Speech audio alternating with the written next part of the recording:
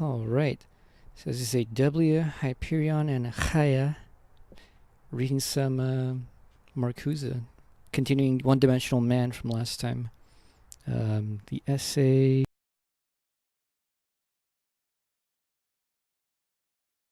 titled "The Conquest of the Unhappy Consciousness." So this is continuing off from the first reading. So we're going to start in between. And that last time, the major thing that we got out of it is, well, a pretty good grasp of what desublimation is. A lot of good examples that he makes.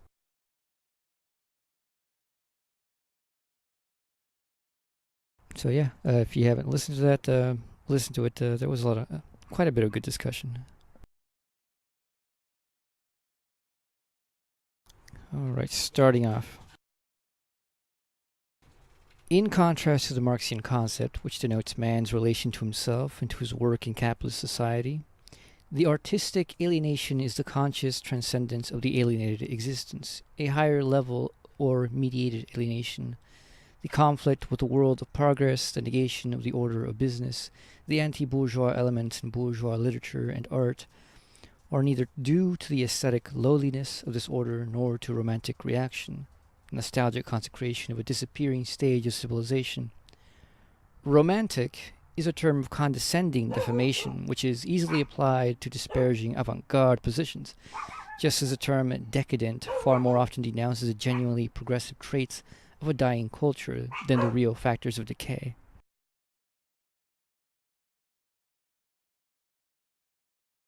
The traditional images of artistic alienation are indeed romantic inasmuch as they are in aesthetic incompatibility with a developing society. This incompatibility is a token of their truth. What they recall and preserve in memory pertains to the future, images of gratification that would dissolve the society which suppresses it.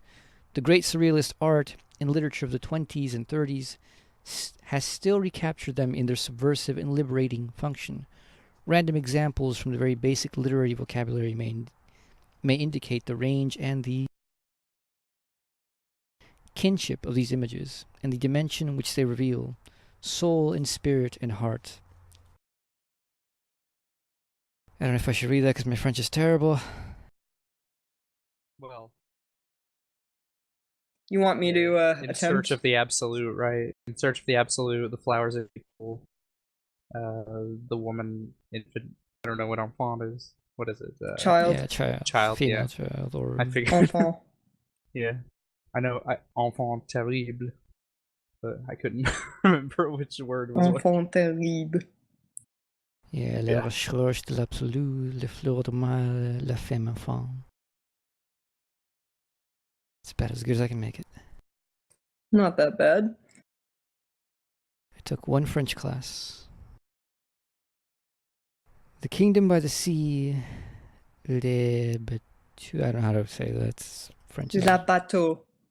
La bateau ivre. Ivre. And the long-legged bait, fern, and Heimat. Amat, or Heimat, whatever. I can't tell if it's supposed to be French or German. German.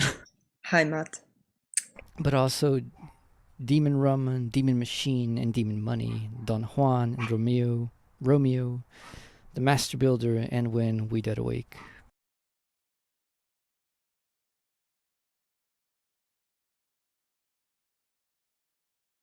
So this is interesting in that the last he ended like the last section, well, slight break in the section with beginning to talk about art.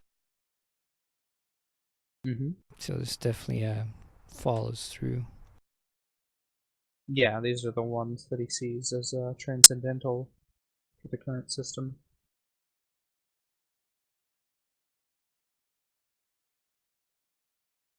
Yeah, it's from the end of the prior paragraph. The last sentence is talking about the post-technical. He says they are the expressions that free and conscious alienation from the established forms of life with which literature and the arts oppose these forms, even where they adorned them.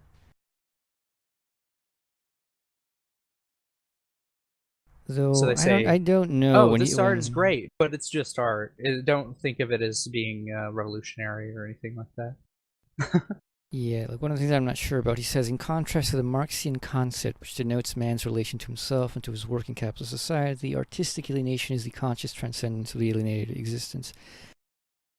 So here, Marcuse is saying, if I'm interpreting this correctly, that artistic alienation is actually something positive, considering our current existence. You know, being alienated from our own alienation is sort of what artistic alienation is.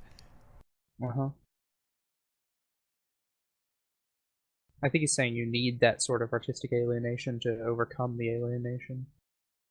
Yeah, it's a way. It's basically the way I'd put it, in a Hegelian sense. It's like a negation of negation, alienation from alienation. The fact that you can indulge in art, is itself a transcendence of positive merit. Sure. Although I don't know. I always saw Marx's concept of alienation to really ultimately be aesthetic in a way. Like the way I see that Marx's vision of the communist future really is that he saw labor as this artistic pursuit of people. Labor as a self-realizing activity, and by that it'd be just it would literally be like art. That everything you did was a work of art that expressed your individuality. Yep. Were you there when we read Wild? He said basically the same thing. No, I wasn't, but I read his essay on the soul of man under socialism. It's one of my favorites.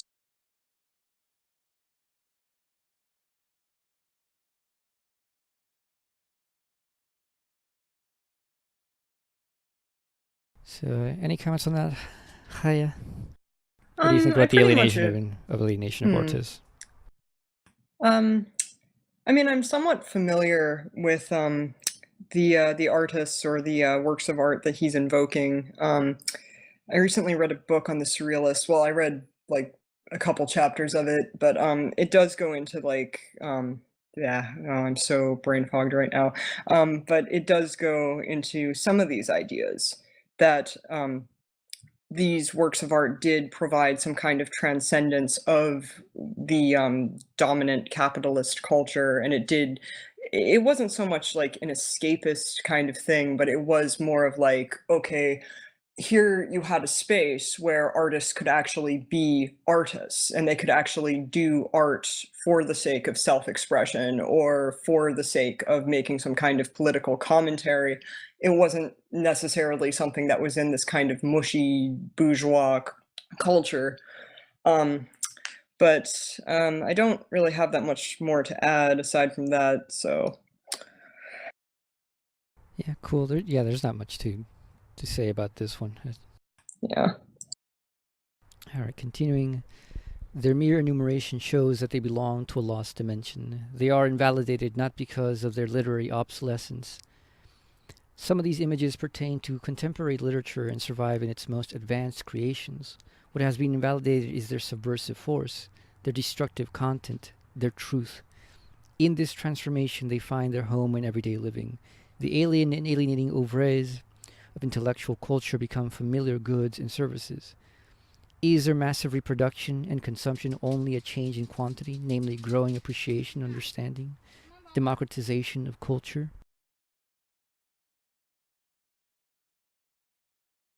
Obviously not. The truth of literature and art has always been granted, if it was granted at all, as one of a higher order, which should not and indeed did not disturb the order of business. What has changed in the contemporary period is the difference between the two orders and their truth. The absorbent power of society depletes the artistic dimension by assimilating its antagonistic contents. In the realm of culture, the new totalitarianism manifests itself precisely in a harmonizing pluralism, where the most contradictory works and truths peacefully coexist in indifference.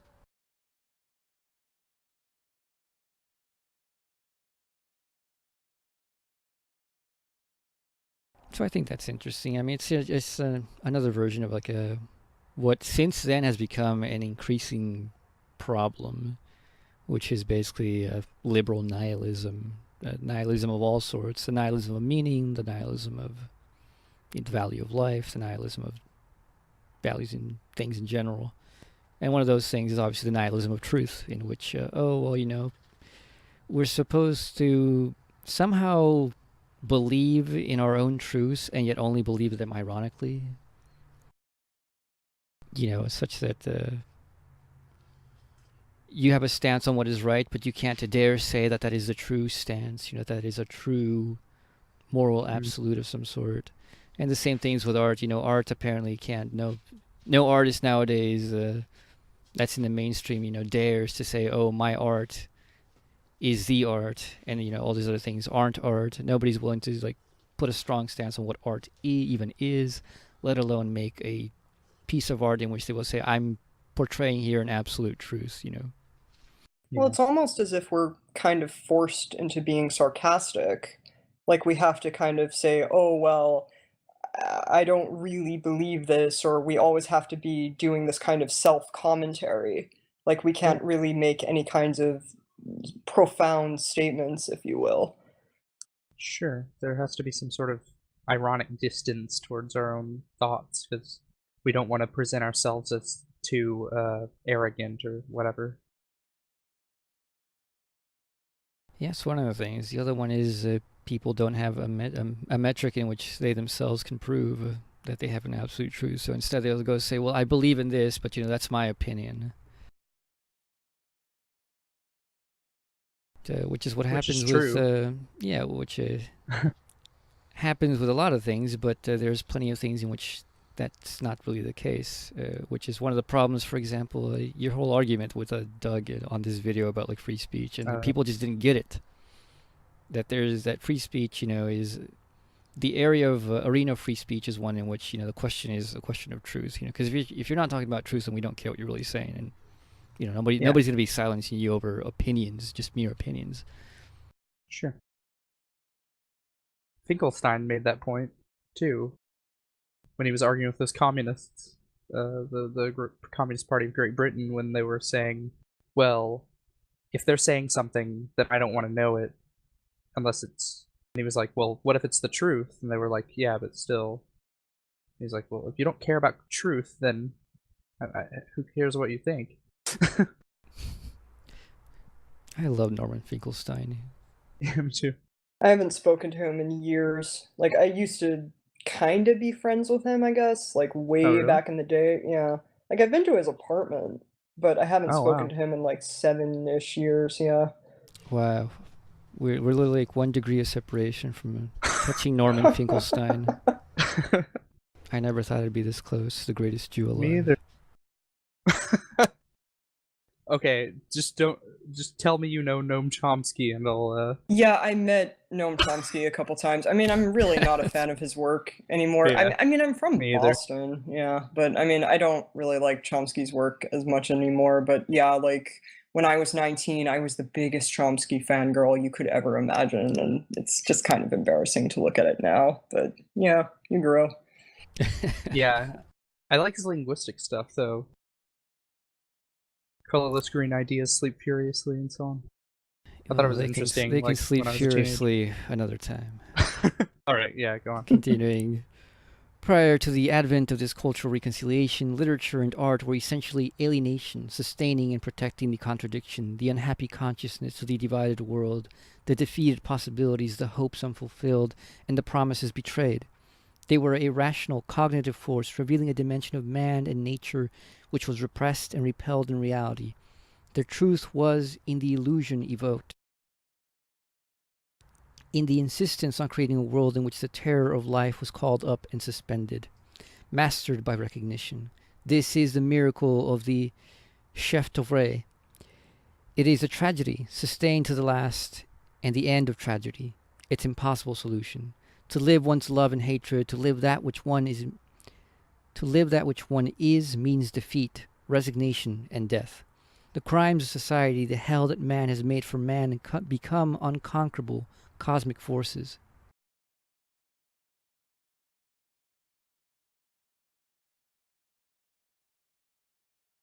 Yeah, whatever. I'm sorry. If they wanted me to pronounce it correctly, they would have written it in English. Well, I mean, that's a loan word. Chef d'oeuvre. Alright, yeah, but what do we think about what he said? I mean, it's just really nice writing. Expository. Yeah. Yeah. Much better than Bookchin. Yeah, that should be our rating system. Bookchin or better than Bookchin. Because nothing's worse than Bookchin, obviously. Nothing's worse than reading something we don't. Yeah, I mean, like about. as far as like our reading experiences, like, yeah, Bookchin is the worst because like he's boring. Like even Mao is more entertaining and to read. Well, at least Mao got to the point at the very end. I mean, yeah, he got to the point. Yeah, he said something. Continuing, the tension between the actual and the possible is transfigured into an insoluble conflict in which reconciliation is by grace of the oeuvre as form, beauty as the promise de... I don't know how to say that. Huh? What? Sorry, I haven't been paying. promesse de bonheur. Promesse de yeah. bonheur. Bonheur. Bonheur. In the form of the oeuvre, the actual circumstances Oeuvre. are play. Is it oeuvre? Oh, Yeah, it's God. oeuvre. Then in the English people just been like mispronouncing that forever then. Yeah. The actual circumstances are placed in another dimension where the given reality shows itself as that which it is. Thus it tells the truth about itself. Its language ceases to be that of deception, ignorance, and submission. Fiction calls the facts by their name and their reign collapses. Fiction subverts everyday experience and shows it to be mutilated and false. But art has this magic power only as the power of negation. It can speak its own language only as long as the images are alive, which refuse and refute the established order. Yeah. So I mean, definitely Yeah. expanding on the whole transcendence of art thing. Sure. Yeah, I definitely agree with this.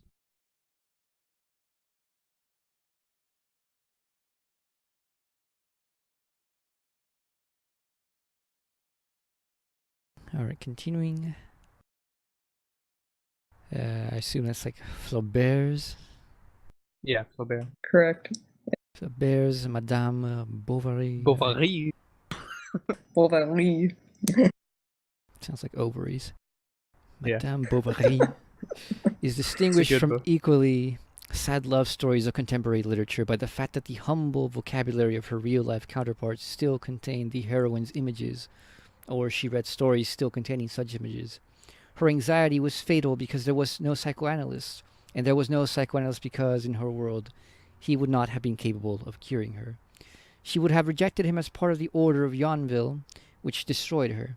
Her story was tragic because the society in which it occurred was a backward one, with a sexual morality not yet liberalized, and the psychology not yet institutionalized. The society was still to come.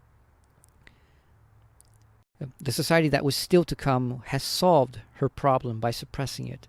Certainly, it would be nonsense to say that her tragedy or that of Romeo and Juliet is solved in modern democracy, but it would also be nonsense to deny the historical essence of the tragedy. The developing technological reality undermines not only the traditional forms, but the very basis of the artistic alienation. That is, it tends to invalidate not only certain styles, but also the very substance of art. Yeah. I think Yeah. he's assuming his audience knows the story of Madame Bovary. Basically, at the end, she takes arsenic and dies, tragically and painfully.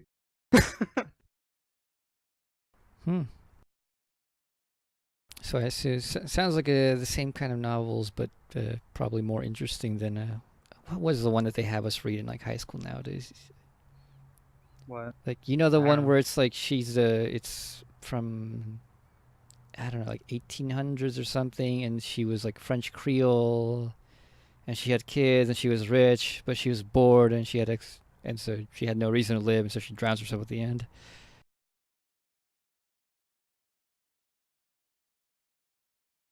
I don't know, but I hated that book. And it's I don't required know. reading nowadays. for high Sounds school. familiar. It is? Yeah, it's considered a classic.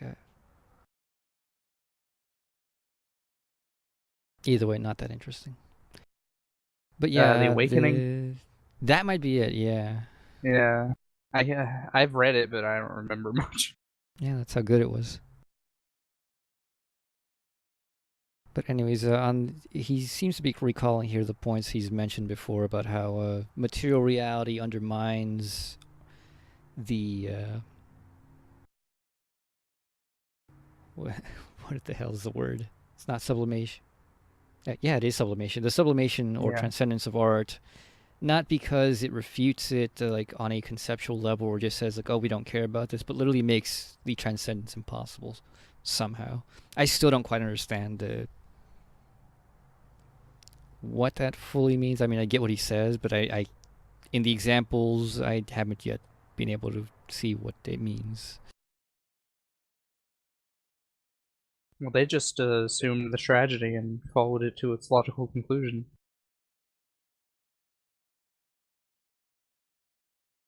I mean, obviously, like one of the things is that you can't. Apparently, he thinks you can't have the tragedy of Romeo and Juliet, like in the modern world, or something like that. You know, so it's a tragedy only possible in a certain historical context. Yeah.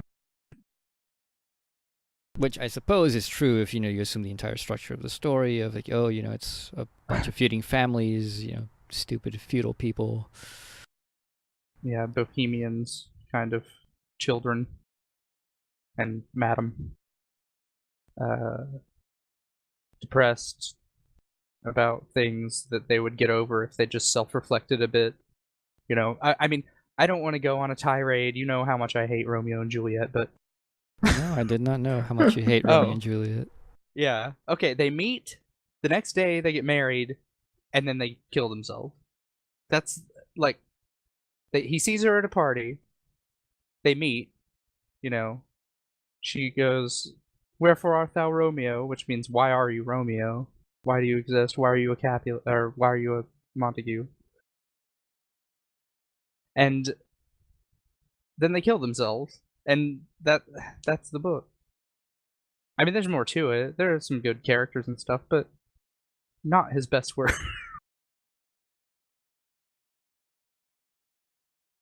I just can't get attached to it. Like, I can't think of like, oh, I'm just gonna get infatuated with some girl, and then she doesn't like she loves me, but she died, and then I'm gonna kill myself too. I mean, would you say that Romeo was a total scumbag? Because yeah. How old is he? 21. Oh, I thought they were younger than that. Like I thought they were. I think he's Juliet was like 14. He's like 20 something, 25, 24, 21 maybe. Yeah. I mean, it's not that uncommon back then, but we see it as creepy, kind of. I do. Yeah, there you go. Romeo and Juliet summarized by Hyperion. I'll do a longer video at some point. What do you give it? A 1 out of 5? A 1? Yeah, probably a 1. I give it probably a 1.5 because it's disappointing on my scale. Alright, continuing. To be sure, alienation is not the sole characteristic of art. An analysis and even a statement of the problem is outside the scope of this work, but some suggestions may be offered for clarification. Throughout whole periods of civilization, art appears to be entirely integrated into its society. Egyptian, Greek, and Gothic art are familiar examples. Bach and Mozart are usually also cited as testifying to the positive side of art. The place of the work of art in the pre-technological and two-dimensional culture is very different from that of a one-dimensional civilization, but alienation characterizes affirmative as well as negative art.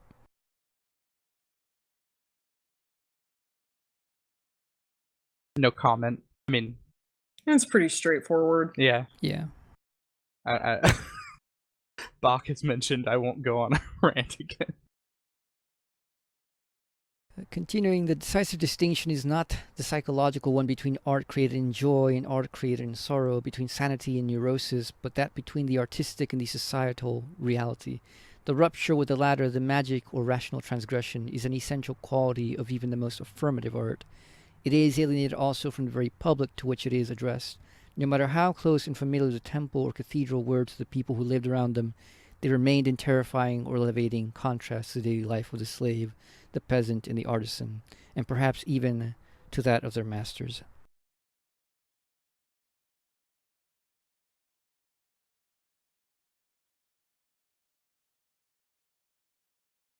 Whether ritualized or not, art contains the rationality of negation.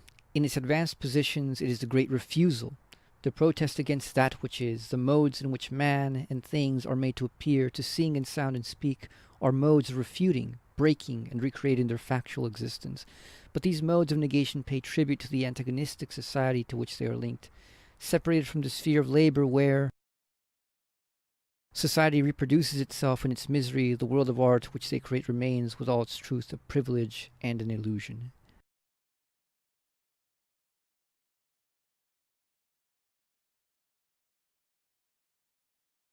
In this form it continues in spite of all democratization and popularization to the 19th and into the 20th century.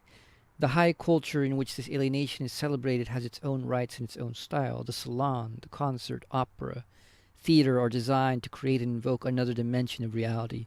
Their attendance requires festive-like preparation. They cut off and transcend everyday experience. Now, this essential That's why gap... they're so fun. Oh. Go on. I'd been to a play once. I liked it. Oh, really? Good. It was about It wasn't C.S. was it King Lear? Lewis's life. No. Oh. It was some modern play about C.S. Lewis's life. There was some guy who complained about King Lear on... I read one of his comments lately. But yeah, I don't know mean, why. I'd never been to like a legit play. I mean, I'd been like the stupid school plays and the cheapo Shakespeare plays local here. But I hadn't been to like a legitimately like fully staged, like well organized and paid for play. Wow. And it was, I mean, it was a pretty nice experience because it definitely, it's something wholly different from a movie. You know, people are like, oh, people are like, you could just, why go to a play? You could just watch a movie. No, it really is a different experience. I mean, I grew up, I guess you could say I kind of grew up around the theater. My mom is a really big theater person, and my aunt actually works in theater, or she used to anyway, back when she was a starving artist. So I'm pretty familiar with the whole theater culture, and yeah, it's a lot different from anything electronic. Like, just the whole experience of actually sitting there and actually seeing actors perform, you know, you kind of get this impression that it's a lot more intense in some matters, but... Yeah. It's like the difference between going to a concert and listening to music, I assume. Or watching a concert on YouTube. Yeah. Footage of a concert on YouTube, yeah. I've never been to a concert either. I've been to the theater. Opera, not really, I don't think so. We talked about how we wanted salons, modern day salons. But this is basically our modern day salon, I guess. With our friend who knows Finkelstein and Chomsky. Oh. Alright, I don't know what he's saying though. I wasn't paying attention. What the hell are you doing that you aren't paying attention to Marcuse? I mean, I was reading it, I don't know. I think I was thinking about He's Bob. talking about high culture and how the no matter how subversive art may seem from below, the high culture will always reign supreme. Okay, yeah, then I agree. Because, but yeah, like, to the layman, I don't know if layman is the right term, but, you know, the lay person, they see high culture as something beyond them. And I try to make this point in one of my new writings about how, like, nothing is beyond you. Zizek makes the point, actually, that the people who save up money to go to the opera appreciate it more because it's not common for them to be able to do it. They actually want to go there. Whereas the bourgeois might go there just for the social status of being seen at the opera, for people thinking that they're high culture, they're highly cultured or whatever. Yeah, I don't imagine that most people that go to plays like go because, oh, my friends are going, so I gotta go too. I mean, that happens with the theater, like in which I'll go to the theater to watch like the newest shitty superhero movie with my friends just because they're going. I'm like, just gonna go hang out. Yeah, they invited me. So the one time I've gone to the theater was a friend of mine invited me for my birthday as a birthday present, and I'd never gone. I'm like, sure. Talking about the stage theater, right? Yeah, the stage theater. Okay, yeah. Okay, and also, with the advent of the internet, I don't want to go off on a tear, but, you know, with the advent of the internet, nothing should be seen as beyond us anymore. Nothing should be seen as condescending. Maybe some things condescending, but, you know, nothing is like so high above us that we can't access it. Because I've listened to all the high art music, you know. I've watched all the art movies that everyone loves, you know. And they're available to us. So I think in a communist society or whatever, a socialist society, whatever we want to call it, we can appreciate those things. We have more time to actually invest in appreciating those sorts of things. Yeah, definitely.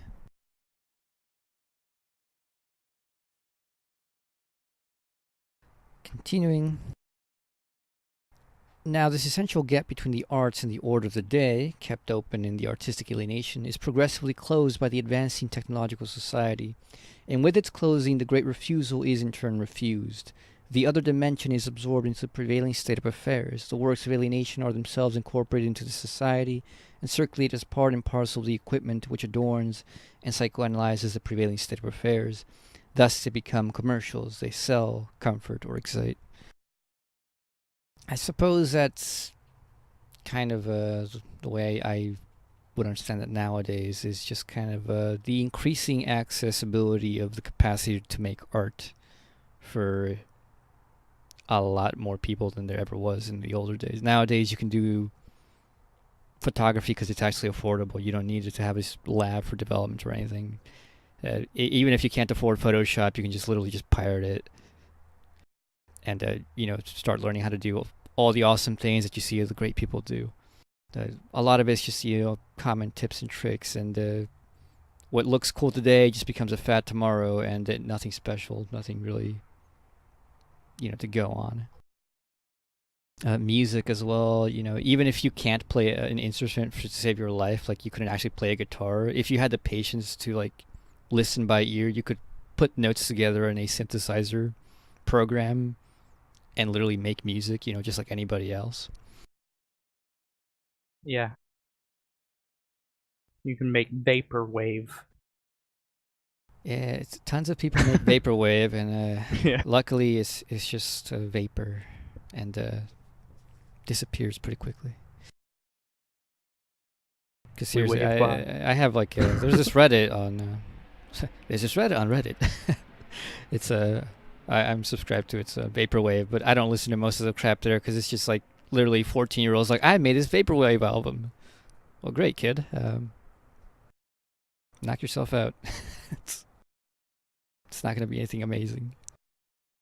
It could be, but almost never is. Yeah, I don't like to dismiss any genres and say, oh, well, this genre is crap, just because everything I've heard in it so far is not that great. Even though I like some vaporwave fine, it's not... I'm sure you remember my stupid review where I made up Zizek listening to vaporwave. Alright, let's go on. Oh yeah, one more example. I don't know. I'm trying to wrap my hand on what he's saying here about the great refusal. And it's just in the advancement of technology.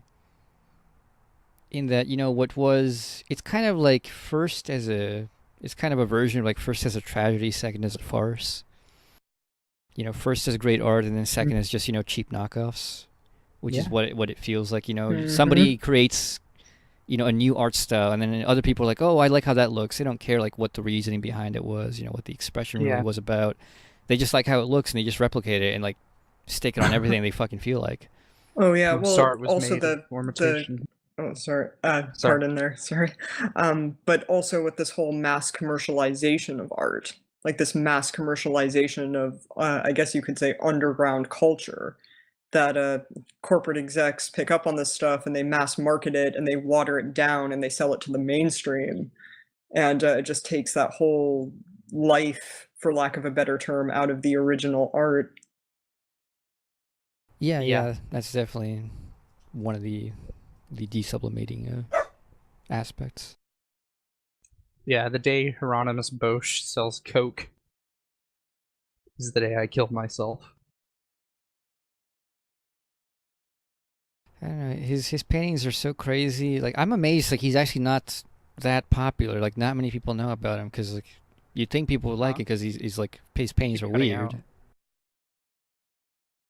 Hello? Okay, I hear you now. Dang mumble or dang microphone. Either way. I was saying I'm amazed that Hieronymus Bosch is not like popular because his paintings are just so interesting. You mean like Mona Lisa popular? Yeah, like Mona Lisa popular. Oh. You'd think it'd be more popular than it is. I guess. I mean, like his paintings are actually fun. Like I obviously can look at his paintings a lot longer than I could look at the Mona Lisa and go, wow, that's interesting.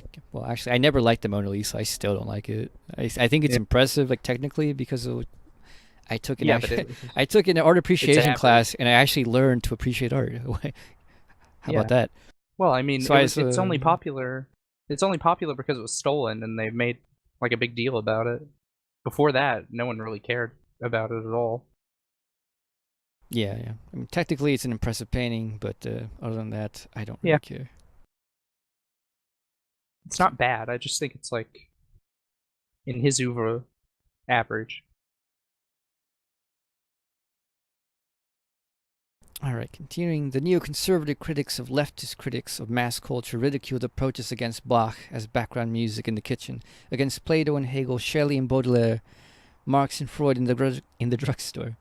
Instead, they insist on recognition of the fact that the classics have left a mausoleum and come to life again, that people are just so much more educated, true.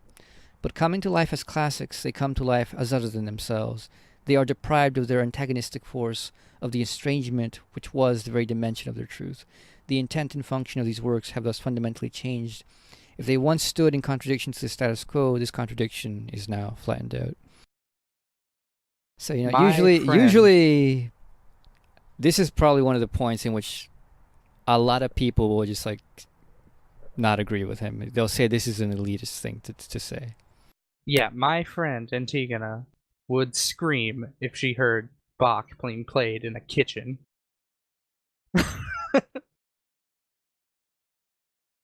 And I mean, I can see both sides. You know, people were like, well, you know, don't you want these ideas to get out there? You know, don't you want more people to know about Marx? Don't you want more people to know about this? And a part of it's like, yeah, but part of it is also, but I also don't want them to get the wrong idea. Mm-hmm. Which is Is he talking about being sold in a drug, like their actual books, or being no, like, I mean, it's basically the drugstore version just, of Marx? Yeah, it's just basically being generalized. I mean, yeah, it's like how Marx is known almost by everyone as through the Communist Manifesto, even though within Marxism itself, the manifesto is a piece of shit, which no one in the right mind should care about or like refer to that for theory. Yeah. Or like how Hegel has become bastardized through a bastardized reading of the master-slave dialectic. Most people who know Hegel only know Hegel because the master-slave dialectic. And they don't even get and they don't even get that right. And they're like, well, don't you want don't you prefer that people know at least know Hegel or Plato and have these ideas? And my answer to that is no. Alan de Botton. I actually do not. I would actually prefer that people didn't really know about these people, and just didn't have these misconceptions, because I think the misconception actually hurts a lot. Yeah. Yeah. Plato just wanted orgies. No.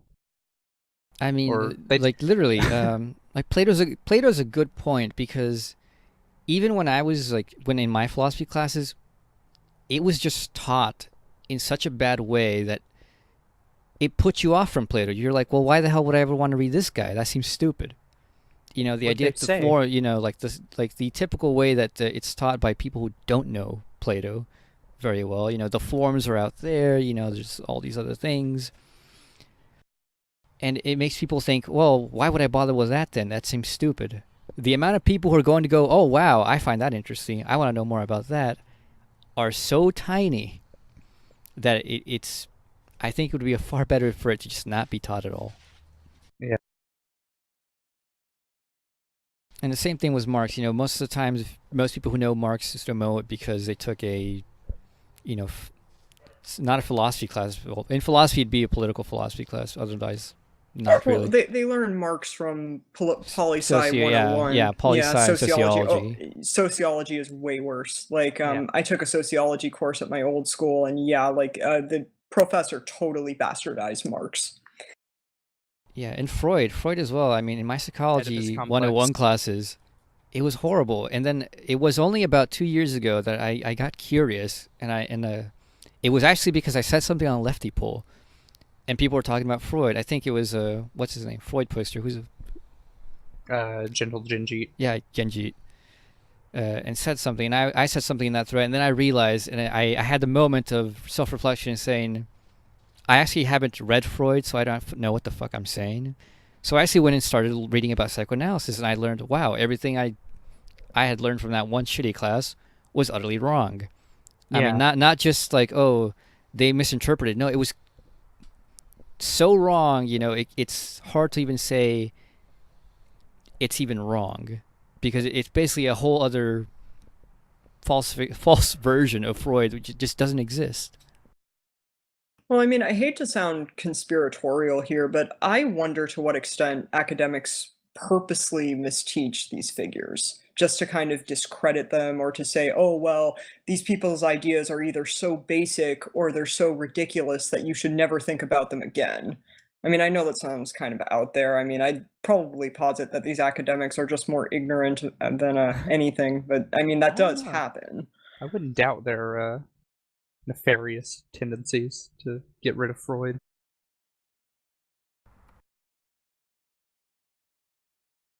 What did they say, AW? I don't want to just give a brief overview. The simple stuff. Oh, everything reduced to sex for Freud. Everything is, it's... Yeah.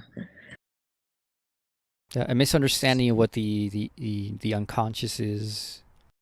Misunderstanding of the way that, his theory of the mind works. And not only that, obviously Freud actually did change his theory as he learned more. So, his later theory is not the same as his early theory, and there's no acknowledgement that there is a difference. Yeah, I had a YouTube argument with someone who didn't understand anything about libido one time. So yeah, actually, I mean, another point is, like in the book chain thread on Lefty Poll right now, where one of the guys, he's like, well, give an argument, why I should read Hegel. And I'm like, I'm not going to give you an argument for why you should read Hegel, because frankly, I don't think you should have a reason to really read Hegel, other than that you're interested in what he has to say to the problem. The problems he's dealing with are the problems you're interested in. Because Hegel himself just doesn't give you... You read Hegel and he doesn't give you a reason for why you should read him. He's just like, well, we care about the absolute, right? Yeah, okay. He's like, well, let's go. No real explanation, no much of anything. Like, in this book, I'm going to explain why alienation is... why the human needs to be free. Because his point ultimately is like, there is no actual single point to Hegel other than, well, what is the absolute? And what is the absolute? It's everything. And you have to go through everything. But there's no point at which, like, well, I was aiming at this on the entire time. So, it's not about like, well, you should read Hegel to learn, how to get rid of alienation, because the truth is that's not really his aim. You may learn that, but... It happens, but it's a byproduct.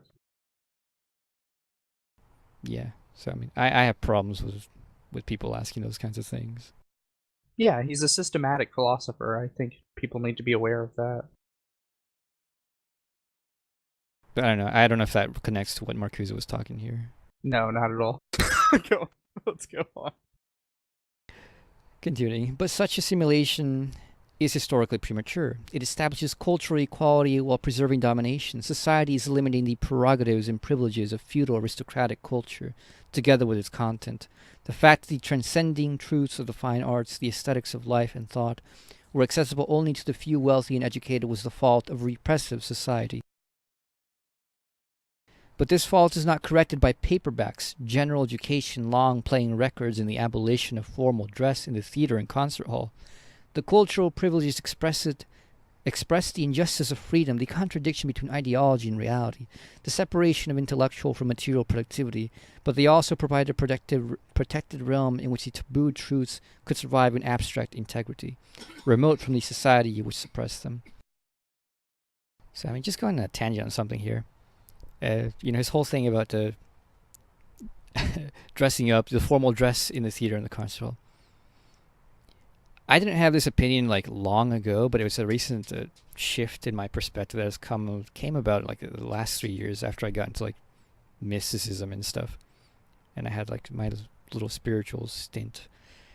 And it was that nowadays I actually appreciate formalism and ritual just because it's interesting. In which I like these things in which like, well, why do I have to dress this way to go this way? Well, why not? It's nice to me. It seems nice. What do you think? I like that kind of thing. Oh, as an sorry, anarchist. I got up to get a glass of water there. Sorry. Oh, it's okay. He said he liked formalism, like formal dress, going to the theater or something, it being a requirement or whatever. He doesn't mind it. What do you think as an anarchist? Difficult to say. Formal dress. Well, I was more going on about ritual. Like, I think ritual is nice. That I agree with. So like stuff like formal dress, I think really is like a form of rituals. The fact that you go somewhere and you certainly have to behave a certain way. You're expected to behave in a certain way, dress in a certain way, look a certain way. You could also say too that this ritual does have a lot of meaning behind it. Like, it's not just something that you do willy-nilly. It's something that expresses something beyond just your own personal preferences. Yeah. So, so stuff like formal dress, I think, obviously is to denote the highness of the art. It's like the appreciation of it, all these other things. But there's other ways things could be. But I like that. I like the idea of ritual. Whether it's I think we do have, and we could have more. What would you call it? Not religious, but what's the word? Ritualistic. No. What's the word? When people say religious and they oppose it to the spiritual or whatever, like. No, the atheist version, or the non-religious. Humanist. God damn it! It's a common word. Secular. There you go. Oh, okay. We have a lot of secular like rituals as it is, but most of them are quite banal, and we could have more, and they could be better. Yeah, that's why I propose a secular Christianity.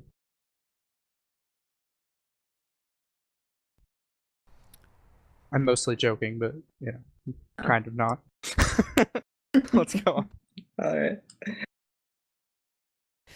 Continuing, now this remoteness has been removed, and with it the transgression and the indictment. The text and the tone are still there, but the distance is conquered, which made them Luft von anderen Planeten. I don't know how to say that. German. Luft von anderen Planeten. Air from other planets. The artistic alienation has become as functional as the architecture of the new theaters and concert halls in which it is performed, and here, too, the rational and the evil are inseparable. Unquestionably, the new architecture is better. That is, more beautiful and more practical than the monstrosities of the Victorian era. I don't know, man. I like Gothic cathedrals and stuff. Like, modern churches just suck. Like, you mean like the new... They look ugly. They look ugly. They're all uniform. The insides are ugly. The outside is ugly. Well, they don't have some sort of budget to make a cathedral, probably. But yeah, I definitely agree that many cathedrals are beautiful and aesthetically pleasing. But it is also more integrated. The cultural center is becoming a fitting part of the shopping center or municipal center or government center. Domination has its own aesthetics, and democratic domination has its own democratic aesthetics. It is good that almost everyone can now have the fine arts at his fingertips, by just turning a knob on his set or by just stepping into his drugstore. In this diffusion, however, they become cogs in a culture machine which remakes their content.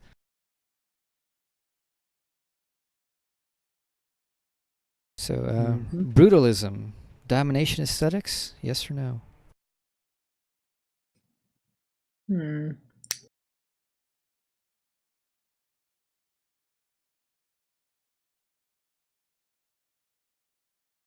I don't know.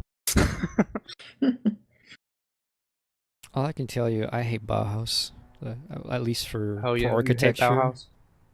It stinks. For architecture, it's horrible. It's hideous. Like physical, like, I almost said auditorially. Not, smells. Yeah, let's go on. Artistic alienation succumbs together with other modes of negation to the process of technological rationality. The change reveals its depth and the degree of its irreversibility if it is seen as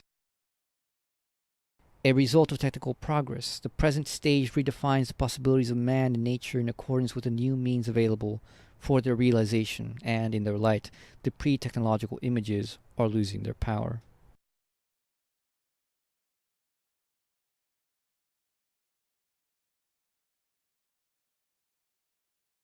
So maybe he said that maybe he talked about this earlier in like some prior chapters. He probably did, about technological rationality, because obviously I get like this general idea of it. I'm not quite sure what exactly he means by it. To me, it might be, seems more like instrumental rationality. That kind of thing is usually what they seem to mean by this kind of thing. But anyways, you were saying something, Chaya? Oh yeah, that it seems like what he's trying to say is that this kind of mass-produced capitalist culture is phasing out these old traditional forms of culture.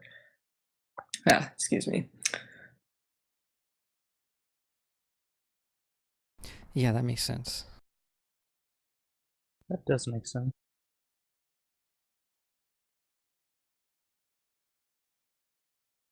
I mean, when's the last time we experienced high culture in our daily lives? The last YouTube video I saw. Oh, okay. The one about Sonic? That Contrin No. posted? Because I didn't No, watch I that haven't one watched yet. that yet. I'm pretty sure that must be some high art right there. Yeah. Sonic is high art. It's nostalgia. Is nostalgia high art now? God, According to YouTube comments, it is. Yeah, you're gonna make me go off on things. Irony. I hate nostalgia. Actually, that's actually a good point. It would be it's a good point about desublimation, I suppose. What, nostalgia? I don't suggest you go and watch it, but like there's a Sonic show that's been going on the last 2 years called Sonic Boom.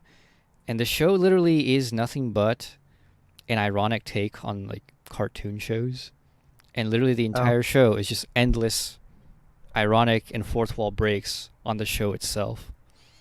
Wow. Which is weird for it's a kid's show, and I'm pretty sure most kids just don't really get it.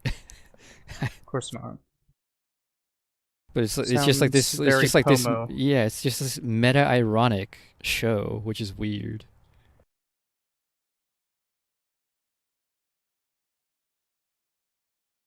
Irony, which used to be thought to be this high art by such people like Kierkegaard, now is just commonplace on a children's TV show about a stupid video game character. The only irony I like is Don Quixote, I guess. That's because you don't know about Socratic irony. Oh, well, yeah, I like Socratic irony. I mean, I use Socratic irony. I meant as an art form, as a piece. Don Quixote. Even Hegel liked it, and he hated irony. Which reminds me, I gotta go see if anybody's uploaded that damn book. I want to read it. What? Don Quixote? No, Hegel and irony. It's a whole book just going off the couple of passages in the Aesthetics where he talks about it and about how much he hates it and how cheap it is. Yeah, we should do a reading of that. That would be great. Alright, continuing. Their truth value dependent to a large degree on an uncomprehended and unconquered dimension of man and nature, and you're talking about pre-technological images losing their power. On the narrow limits placed on organization and manipulation, on the insoluble core which resisted integration. In the fully developed industrial society, this insoluble core is progressively whittled down by technological rationality. Obviously, the physical transformation of the world entails the mental transformation of its symbols, images, and ideas. Obviously, when cities and highways and national parks replace the villages, valleys, and forests, when motorboats race over the lakes and plains cut through the skies, then these areas lose their character as a qualitatively different reality, as areas of contradiction.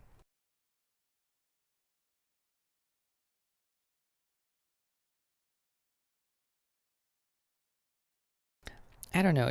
I don't know if that's quite true. I mean, maybe it's true in a broad, general sense, but it seems for a lot of people, like a lot of it just doesn't really lose its mystique so much as just they don't really care. You know, there's still plenty of people that find the mystique in the forest. There's still plenty of people that find the mystique in the sky and whatnot. And most of it's based on that they're not aware of just how much we have demystified these things, like in our scientific knowledge. I think that's the only type of thing that could be demystified, or rather impress me or whatever.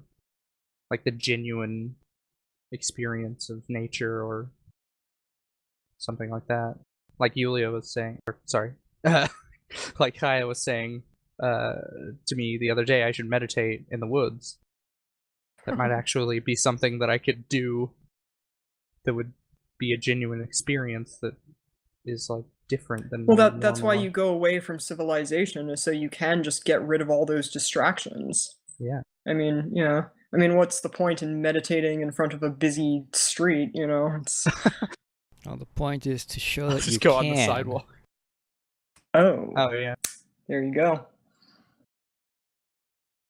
Yeah, if there are like distractions yogis, and you can still meditate, I'm sure that's like a higher level of meditation, right? Yeah, it's like Gandhi. Don't you remember when Gandhi used to sleep with his little like 6-year-old niece? When he was like fucking 60, naked, just to show that he could keep off the temptation of raping her. What? Yeah. It's true. Okay. Yeah, look it up. I've never heard that. Yeah, but I knew he was like weird. Okay. Well, I don't think I'm gonna do that anytime soon. I don't think I'm up to that level. Not the not being able to rape something, but I just don't want to try that. That doesn't seem like a worthy experiment for me. Or like, how Buddhists and Hindus have all these really weird like meditation and yoga exercises which had really in themselves have nothing to do with spirituality, but it's just like, well, it's just exercising your mind and control of your body. Drinking water through your rectum, pissing backwards, They're supposed to show a sense of discipline too. Like that's why you push your body to such extreme levels, Being is suffering or whatever. Whatever that picture said.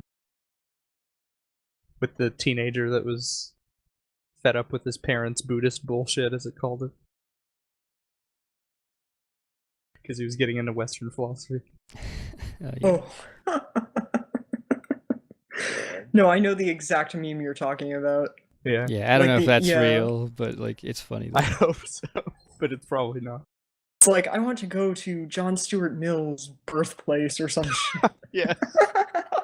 It was probably like somebody someone. like making an ironic take on like what the Westerners do to like Eastern stuff. Yeah. It was a nice reversal. Because literally, it's how I see people treat it.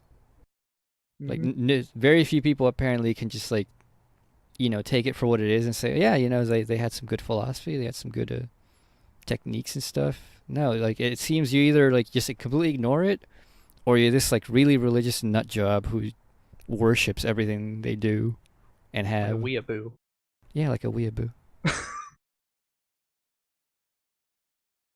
But continuing, and since contradiction is the work of the logos, rational confrontation of that which is not with that which is, it must have a medium of communication. The struggle for this medium, or rather the struggle against its absorption into the predominant one-dimensionality, shows forth in the avant-garde efforts to create an estrangement which could make the artistic truth again communicable.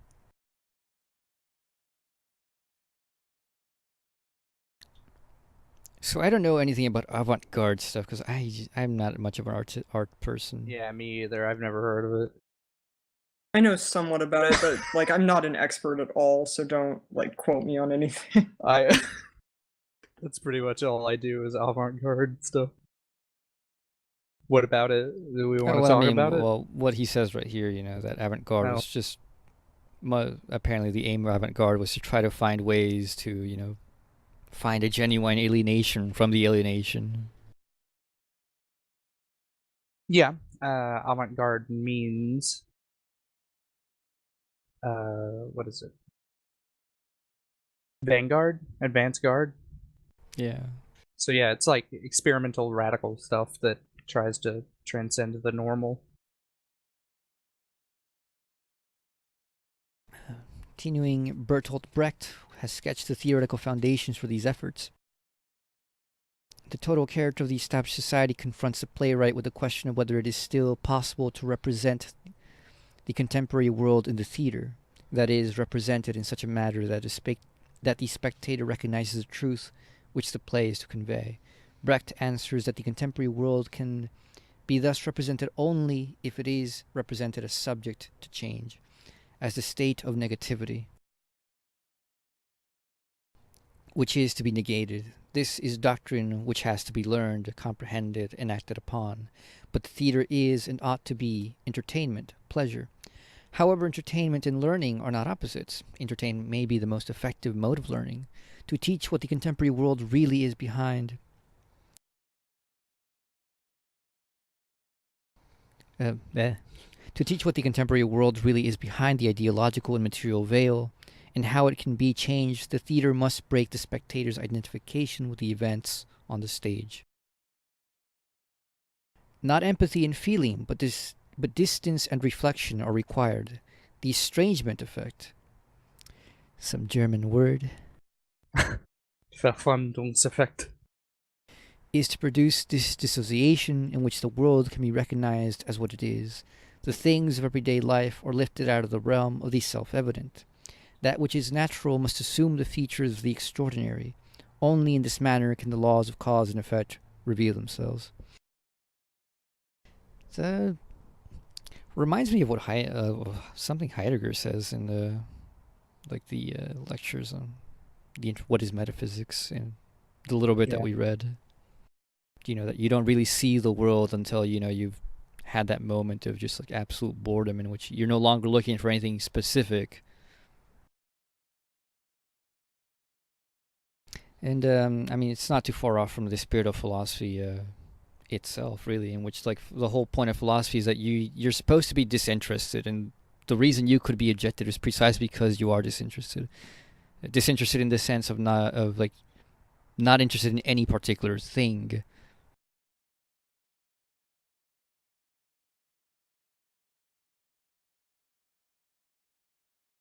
Mm-hmm. Though I don't know how art. Did you cut out? Oh, okay. Yeah, though I don't know how art could do that. I don't know. I don't think I've ever had that experience with any piece of art, quite frankly.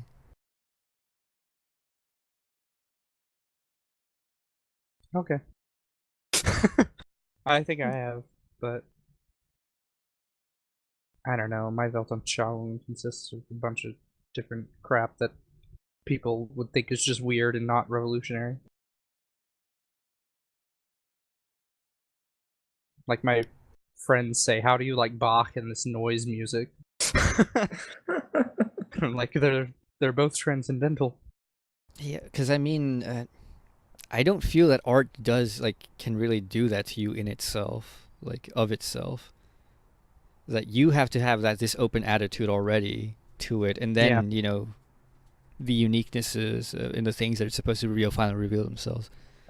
It's like I'm a complete pleb when it comes, a philistine when it comes to really appreciating music, and it took I've listened to some stupid albums for God knows how many times, and it's just one random day I finally noticed something. Because I read somewhere in some review or something that you could pay attention to this, and then I finally pay attention to it. I'm like, oh wow, that actually is right there. That's unique, and I don't hear anywhere else.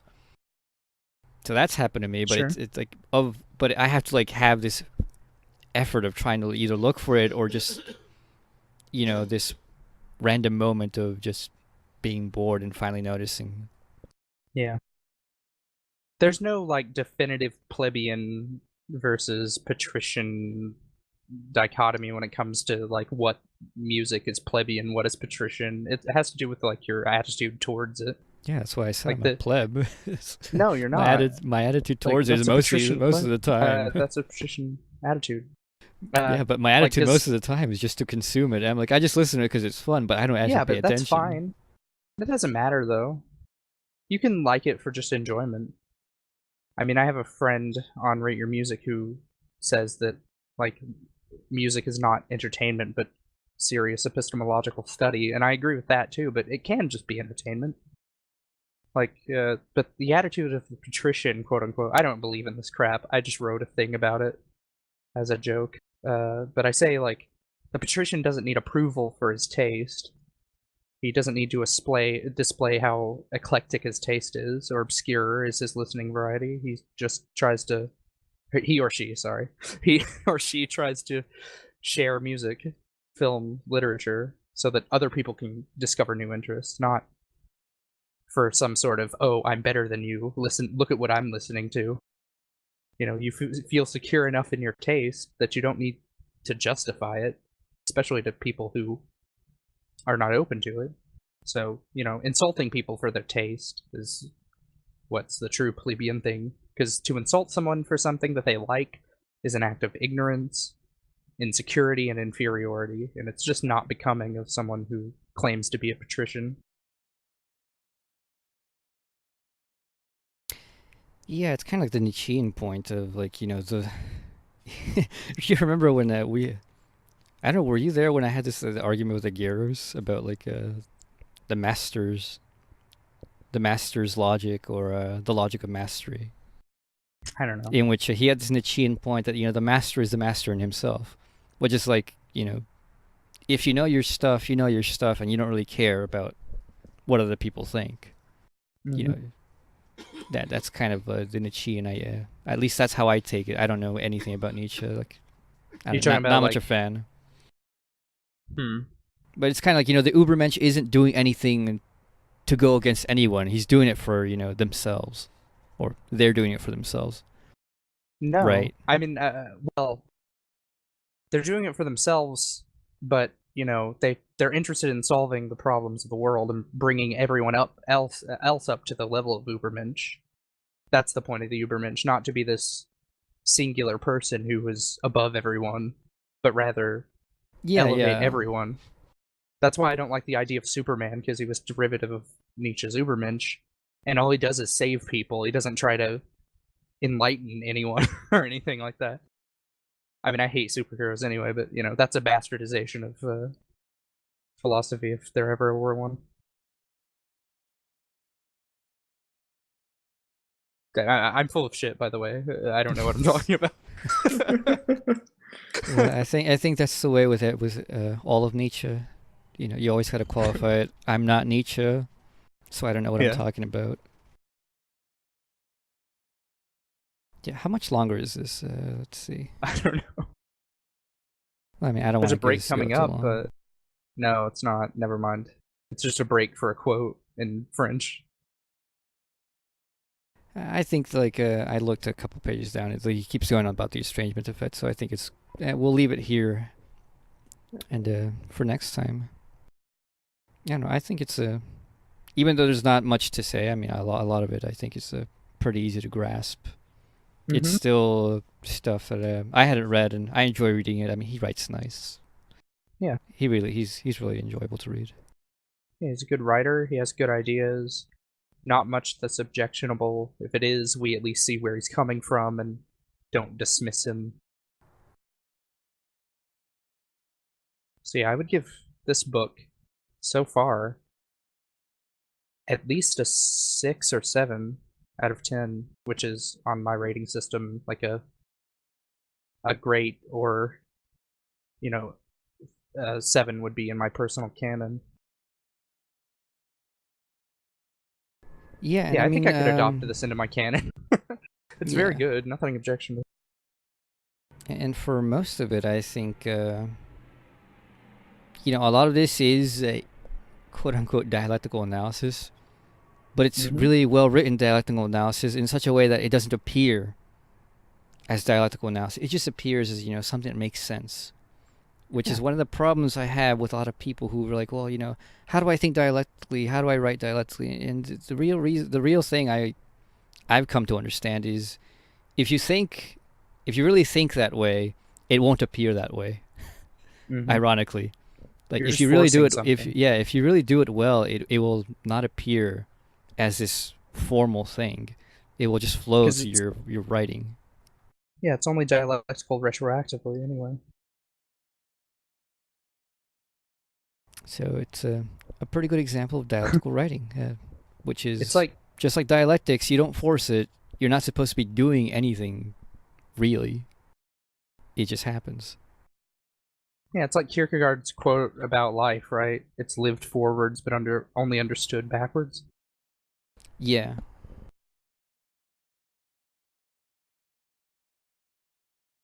So yeah, we'll leave it with that.